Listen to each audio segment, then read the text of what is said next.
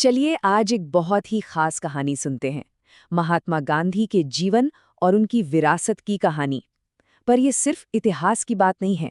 ये उन विचारों के बारे में है जो आज भी हम सब के बीच जिंदा हैं। तो आइए इस कहानी में गहरे उतरते हैं।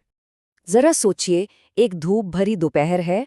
आंगन में 3 भाई बहन खेल रहे हैं और जो सबसे छोटा है आरव, वो अचानक एक असली कहानी सुनने की जिद करने लगता है। बस यहीं से हमारा आज का सफर शुरू होता है।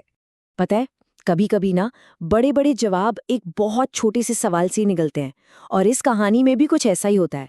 एक सीधा सा सवाल हमें एक ऐसे इंसान की दुनिया में ले जाता है जो बिल्कुल असाधारण थे।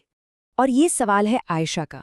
देखिए, ये सिर्फ एक बच्चे की उत्सुकता नहीं है, ये उन लाखों लोगों के मन का सवाल है जो गांधी जी को सच में समझना चाहते हैं। आखिर कौन थे बापू, और उन्हें बापू क्यों कहा जाता था? तो इन सब सवालों का जवाब देने के लिए अंशिका एक कहानी सुनाना शुरू करती है। महात्मा गांधी की कहानी, एक ऐसी कहानी जो सिर्फ तारीखों और घटनाओं से कहीं ज्यादा गहरी है। तो कहानी का पहला पड़ाव, राष्ट्रपिता। चलिए समझते हैं कि गांधी जी को ये इतना प्यारा नाम बापू आखिर मिला कैसे, और इसका असली मतलब क्या है। देखिए, बात उस समय की है जब भारत आज़ाद नहीं था। चारों तरफ ना एक डर का, एक बेबसी का माहौल था। और ठीक उसी दौर में महात्मा गांधी एक ऐसे नेता बनकर सामने आए जिन्होंने लड़ने का एक बिल्कुल ही नया तरीका दिखाया। उन्होंने हथियार नहीं, बल्कि सच और शांति को अपनी सबसे बड़ी ताकत बनाया। तो लीजिए, आयशा के पहले सवाल का जवाब तो यही मिल गया। बापू हिंदी का एक बहुत ही प्यारा और अपनापन भरा शब्द है, जिसका मतलब होता है पिता। ये सिर्फ एक शब्द नहीं, सम्मान और प्यार का प्रतीक है। लेकिन सवाल ये है कि लोगों ने उन्हें ये नाम दिया ही क्यों?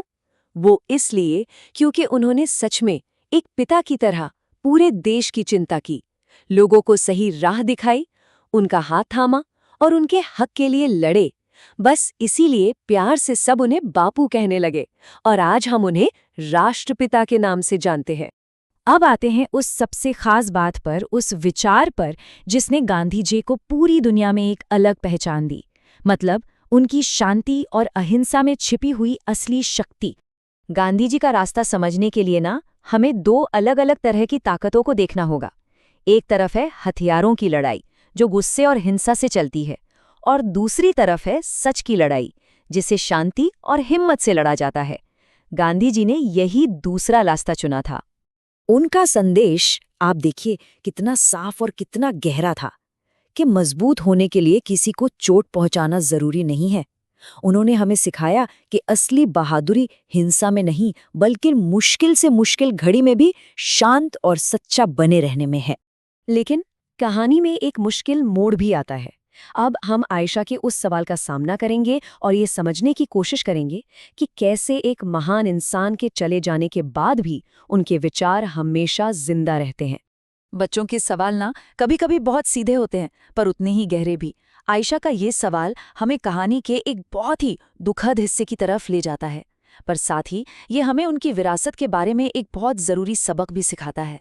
तो अंशिका बहुत ही आराम से समझाती है कि देखो, बापू ने तो अपनी पूरी जिंदगी शांति और भाईचारे का ही संदेश दिया, पर अफसोस की बात यह है कि आज़ादी के बाद भी कुछ लोग उनके इस रास्ते को, उनके इन विचारों को समझ ही नहीं पाए, और यही नफरत और नासमझी उनकी मौत का कारण बनी। और यहीं पर इस कहानी की सबसे बड़ी, सबसे जरूरी बात छिपी है कि एक इंसान का शरीर तो खत्म हो सकता है, लेकिन उनके विचार, उनका दिया हुआ संदेश, वो हमेशा जिंदा रहता है। अंशिका अपने भाई बहनों को यही समझाती है कि बापू के विचार आज भी हमारे साथ हैं, शायद पहले से भी ज्यादा मजबूत। तो सवाल उठता है कि हम आज बापू के उन विचारों को कैसे जिंदा रख सकते हैं। ये हिस्सा हमें यही बताता है कि उनकी विरासत कोई म्यूजियम में रखी पुरानी चीज नहीं है, बल्कि हमारी रोज की जिंदगी का एक हिस्सा है। और पता है, बापू की विरासत को आगे बढ़ाना कोई बहुत मुश्किल काम नहीं है। ये तो हमारी रोज की जिंदगी में छिपा है। जब हम सच बोलते हैं, जब किसी जरूरतमंद की मदद करते हैं, जब अपने गुस्से पर काबू पाते हैं, और जब बिना डरे सही बात के लिए आवाज उठाते हैं, तो हम हर रोज, हर पल बापू के दिखाए रास्ते पर ही चल रहे होते हैं। तो आखिर में ये कहानी हमें सिखाती क्या है? ये सिखाती है कि असली ताकत चीखने, चिल्लाने या लड़ने झगड़ने में नहीं है, सच्ची ताकत तो दयालु होने में है, ईमानदार होने में है और बहादुर होने में है। यही गांधी जी का सबसे बड़ा सबक था। और कहानी का अंत होता है आरव के इस प्यारे से जवाब के साथ।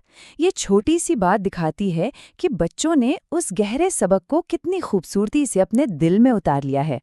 बापू का संदेश आज भी जिंदा है, हमारे आंगन में, हमारे खेलों में और हमारे दिलों में।